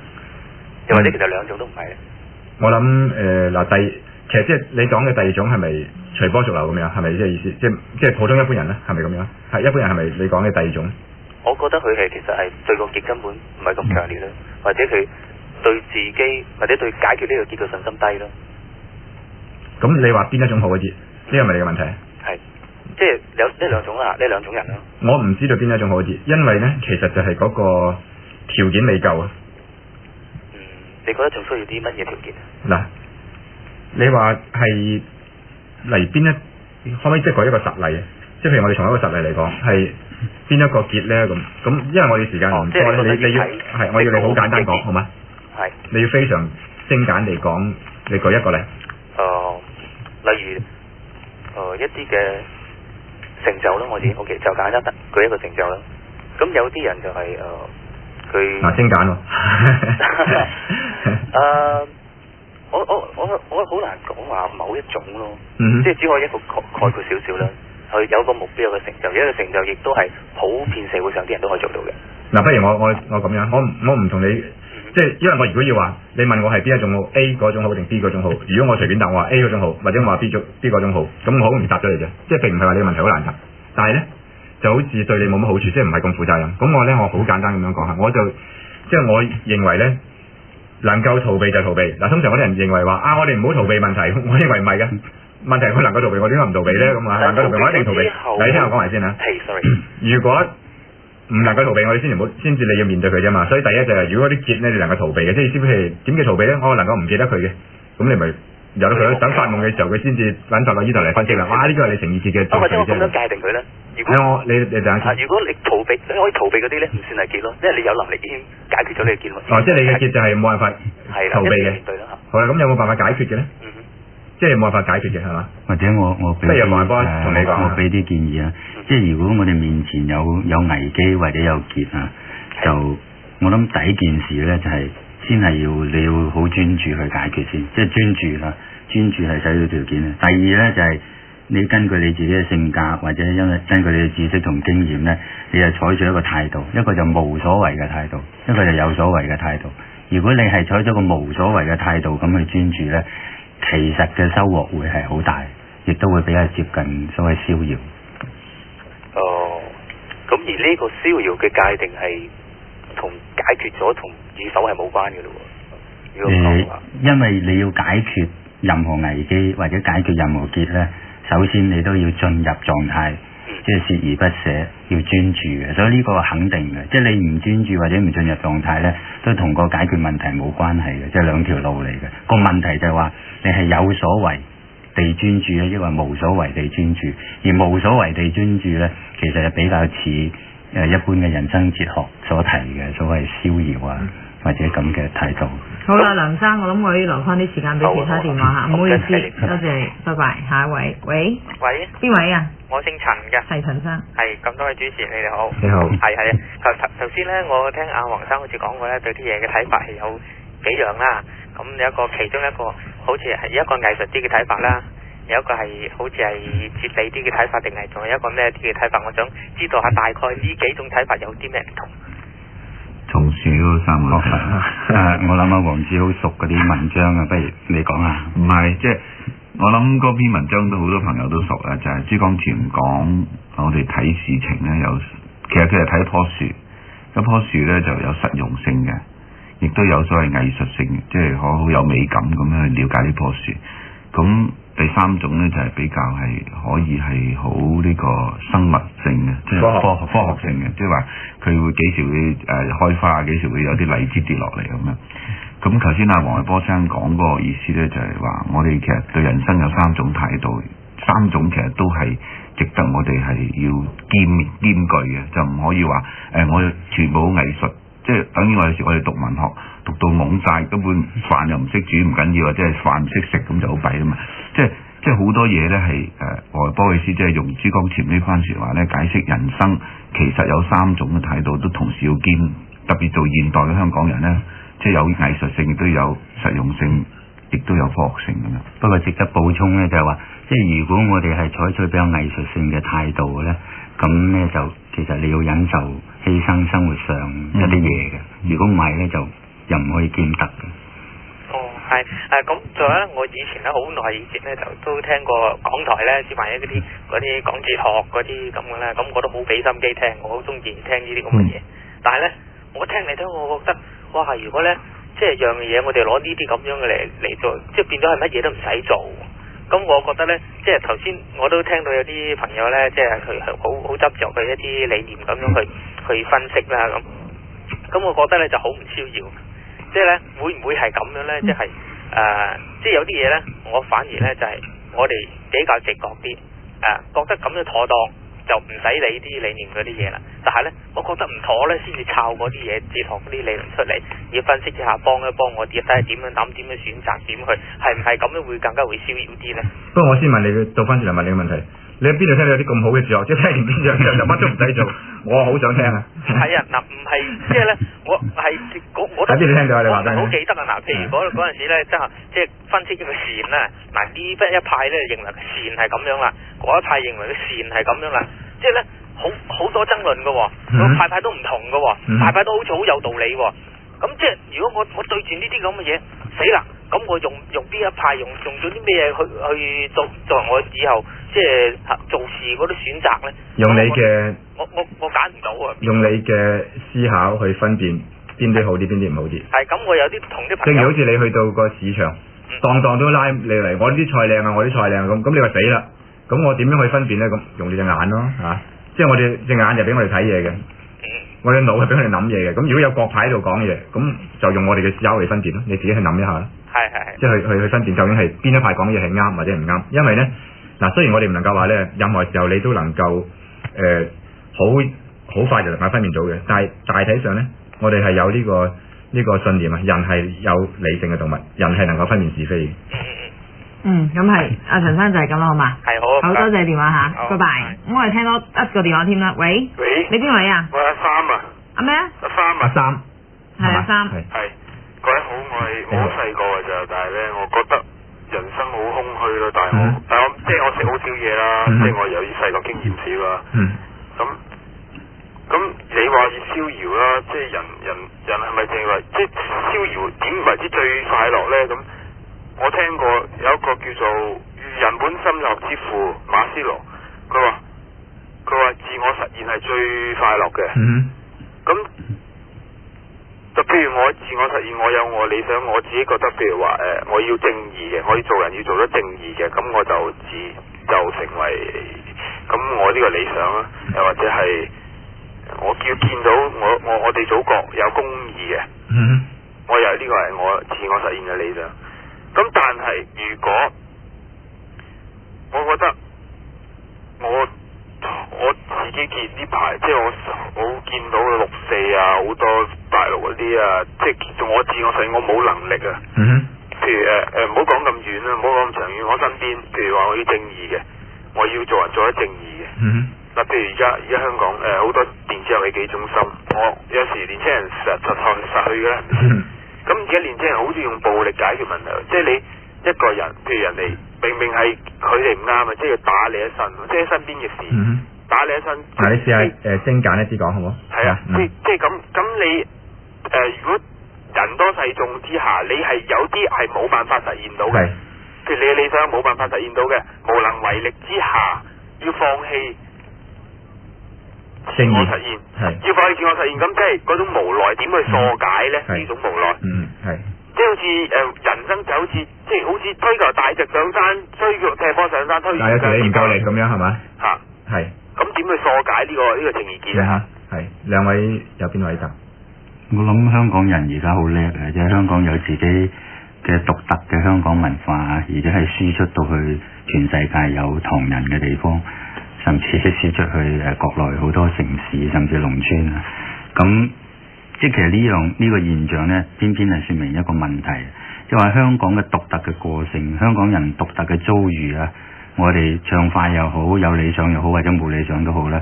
其實呢，我哋全世界嘅華人呢，特別係香港人呢，都面臨一個問題嘅，即係根本我哋唔可能超脫，又唔可能無緣無故話逍遙。但係有一個前提，有一個條件，就係話我哋要承認我哋自己本身呢係好難擺脫我哋民族文化呢條大河對我哋嘅影響，一定要面對呢樣嘢。因為我哋面對呢樣嘢呢，就唔係指一忽地方。或者係幾年，應該係指幾十年或者係100年。如果我哋咁睇嘅時候呢，我哋睇到呢個民族文化大河呢，對我哋嘅影響呢，可以有好積極一面。係，黃以晴，冇咩特別意見。阿三，係，就係咁啦，係嘛？係。好啦，多謝你嘅電話。拜拜。咁啊，剩翻4分鐘時間啦，咁啊唔知三有冇啲咩補充咧？ 4分鐘啊！你13輯都唔識睇咗？因為你有時候過咗之後，你都未完㗎，好得意。點會咧？我而家都未，唔會發生呢啲事嘅。我到而家都未能夠掌握到嗰個規律嘅。係啊，我試過留意過個鐘，好似過咗2-3分鐘。我越嚟越拜服你身邊嗰個人。我笑得最大聲係黃偉波，有咩感覺？點解你笑得咁大聲？因為當時李天命係我哋嘅 hero 嚟嘅，英雄。係因為其實大學生咧就會同一個即係老師戀愛咁，即係好得意啊！我哋覺得啊，好無厘頭啊！真係無厘頭。咦，老師嚟嘅咩？唔係無厘頭，係誇大咗。好多嘢我哋唔知嘅，因為原來佢陰下收收埋埋咁多嘢喎。咁黃子晴就趁剩翻啲時間，你有咩講啊？冇啊！我覺得呢個節目好玩。即係我覺得做頭先有啲聽眾打電話翻出嚟，都問下星期仲有冇得聽。咁我諗李天命嘅話94年之後做節目咁樣，其實唔需要講得咁遠嘅。即係點可以為自己？因為我記得我一次寫咗篇文咧，就話李天命好懶惰嘅，即係唔入紙申請高級講師嘅嗰啲，即係中大升級要入紙申請。咁係唔啱，應該係你呢啲叻人啊嘛，而唔係入紙啊嘛。咁我寫咗出嚟咧，好隨意，即係其實即係寫咗出嚟，咁佢其實再入紙都唔緊要，冇所謂。咁嗰個朋友咧，阿龍鬧鬼我，其實佢鬧得好溫柔嘅，佢話。你何必封咗啊李天命啊嘅後路？可能佢明年後悔入紙咧，係咪？我點會啊？即係唔係？就嘅意思就係，就算佢真係後悔入，咁冇所謂。咁阿龍又得意，佢話：你黃之耀，你唔應該即係封咗後門，冇得入。我話李天命點會理你寫過？佢就會根據你嗰句話咧，就真係永遠唔入紙咩？佢如果唔入紙係早自己定咗。如果佢決定入紙咧，話知你幾千個人寫過佢未入佢。話過唔入紙，佢冇用，佢要入紙就入紙。即係話佢而家你話佢明年唔做節目，點知啊？咁佢明年一時興起話，我想做18輯佢都唔得嘅。唔得，因為我哋一定係13、26咁樣嘅，呢個唔到佢喐嘅。我冇話唔入紙就唔入紙嘅，呢個係唔係？即係我覺得冇意義嘅，即係話入紙唔入紙，到真係入紙咁又有乜所謂？都唔影，因為暫時據我所了解咧，就係佢希望可以休息下，照顧喺身邊嗰個人，咁啊享受多啲逍遙嘅生活，所以第13輯先會有啲人生逍遙遊啦。咁啊剩低分零鐘時間咁。我諗我要講多少少嘢，不過你唔好計落去我哋知道嗰樣嘢嗰度嚇。咁咧就係我要代表香港電台第2台啦，好多謝啊李天命先生喺過去13個禮拜同我哋做咗呢個節目啦。咁因為阿李天命同我開始咗呢個思考13輯之後咧，咁我就好似變咗個經理人咁，啲人小無大小咧都問何嘉麗，我想訪問李天命啊。有電台啊，即係有文字媒介、有電子媒介都聯絡過我哋，即係同李天命做訪問啊咁啊，咁但係佢都全部拒絕，咁所以我就因為呢個經理冇嘢做啊，係，我就係已經炒咗啦。咁我好多謝佢肯接受我哋香港電台第2台嘅邀請啦。咁亦都希望如果真係你休息到94年嘅話咧，即係除咗演講啊各樣唔做啦，咁94年之後你會開始蒲翻頭，你通知我哋電台一聲，咁希望到時再會有另外嘅13輯。可以測量年青人嘅眼睛啊，正如台飛所講。咁咧就下個禮拜咧，我哋會有1連5輯嘅音樂節目咧，就係適應暑假嗰個氣氛。咁然之後喺9月開學之後咧，我哋就會有呢個青年辯論嘅節目出現。我講3秒鐘。嘉嘉係事實上係咧，我係好善思嚟講，嘉嘉係呢個整個節目佢喺後邊嘅策劃人。多謝。